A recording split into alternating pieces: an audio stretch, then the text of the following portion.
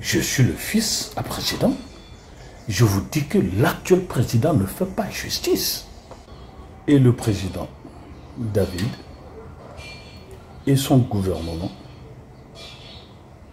viennent de prendre la fuite. Pourquoi?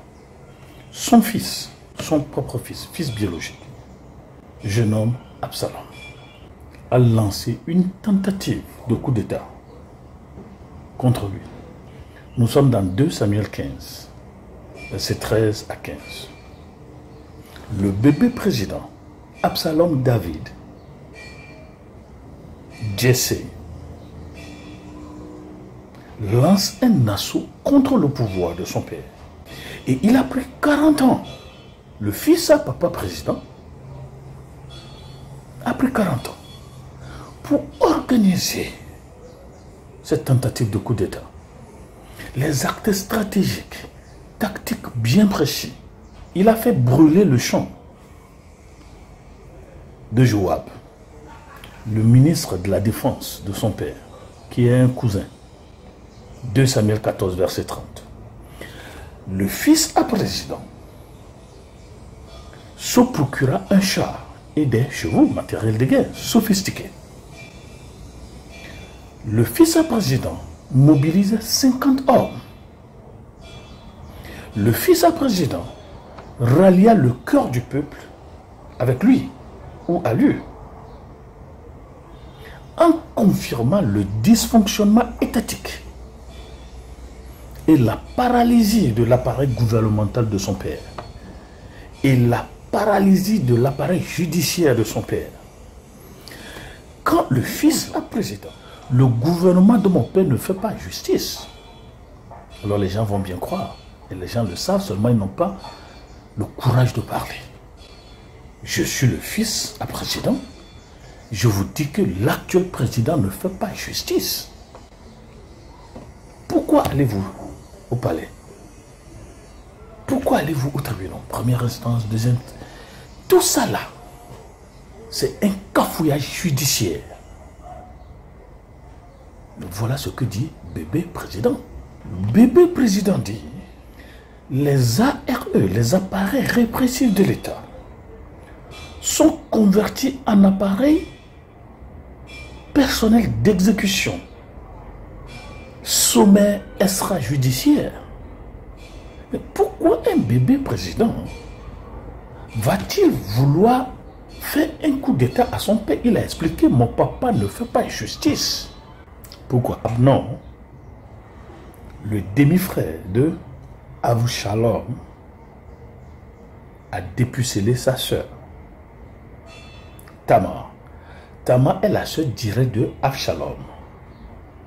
Et les deux ont pour demi-frère Abnon. Bon, voici le problème. Chez nous, en Israël, lorsque tu dépucelles une fille, tu dois l'épouser. Oubliez la biologie, c'est l'enfant de ma mère, c'est l'enfant de mon père, si c'est l'enfant de ta mère, on va te tuer. Mais si c'est l'enfant de ton père, va dire à ton père, on va te la donner comme femme. Mais le papa n'a jamais jugé cet acte criminel. Non seulement mon demi-frère a déviergé ma soeur, il ne l'a pas gardée, il n'a pas payé la dot, il n'a pas demandé à papa de prendre ma soeur comme sa femme. Il a chassé, il a demandé à ses hommes de main, allez. Absalom a demandé qu'on le tue, tuer mon demi-frère, parce qu'il a tué moralement, il a tué socialement, il a tué maritalement ma soeur. Ma soeur ne va plus jamais se marier. Le chef de l'État n'a rien dit. Le chef de l'État n'a pas fait justice. Et le fils alors est en train de sonner le glas. Ne faites pas confiance au gouvernement de mon père. Pire, son appareil judiciaire ou le système judiciaire. Si le chef de l'État ne fait pas justice à la maison, combien à plus forte raison ne fera-t-il pas justice à la nation? Alors, Absalom va organiser ceci. Mais qu'est-ce qui m'intéresse ici? Et en filigrane, on peut dire, alors, le bébé président va donner le ton. Il envoya des espions dans toutes les tribus. On va sonner le chauffard. Quand on sonne le chauffard, il faut dire Absalom est roi, pendant que papa est roi. Donc, on a maintenant double gouvernement dans le pays. On a maintenant deux hommes forts. Quel homme fort va gagner quel homme fort? Il a envoyé, il a invité 200 hommes de la capitale, y compris une figure énigmatique du pouvoir de papa président, Achitophel, le conseiller personnel particulier du chef de l'État, fait défection et se range derrière son fils. Problème de nos gouvernements. Alors papa président va fuir. 2 Samuel 15, 13. L'ancien conseiller de la présidence, l'ancien bras droit du chef de l'État, se convertit en conseiller militaire. 2 Samuel 17, verset 1 à 4. Alors, pourquoi David a fui? David a compris qu'on ne règle pas tout problème politique avec des canons. On ne règle pas tout problème politique avec des fusils. David lui-même, il sait qu'il est la cause du problème.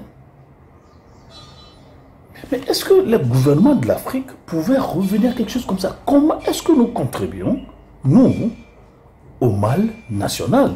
S'il se faut toujours accuser l'opposition, s'il se faut toujours accuser les citoyens. David se dit, je suis la cause principale. Pourquoi? J'avais couché la femme de mon général de guerre. Non seulement cela, je l'ai fait tuer. Et Dieu a dit, l'épée ne quittera jamais ta maison. C'est ça ici. Car son président, le bébé président, a organisé cette tentative de coup d'État à son père. Mais ça, c'est une prophétie accomplie. Mais est-ce qu'il a réussi? Non. Mais qu'est-ce qui va ronger un enfant président, un bébé président, au point de lancer une tentative de coup d'État contre le pouvoir de son père? La Bible vous l'explique. Allez dans 2 Samuel 15, 16, 17 et bien avant ça. Et vous voyez ce que la Bible dit, sans qu'on nous le dise. Vous voyez, mais le bébé président, faites attention, car on ne porte pas l'épée contre loin de Dieu. Au revoir.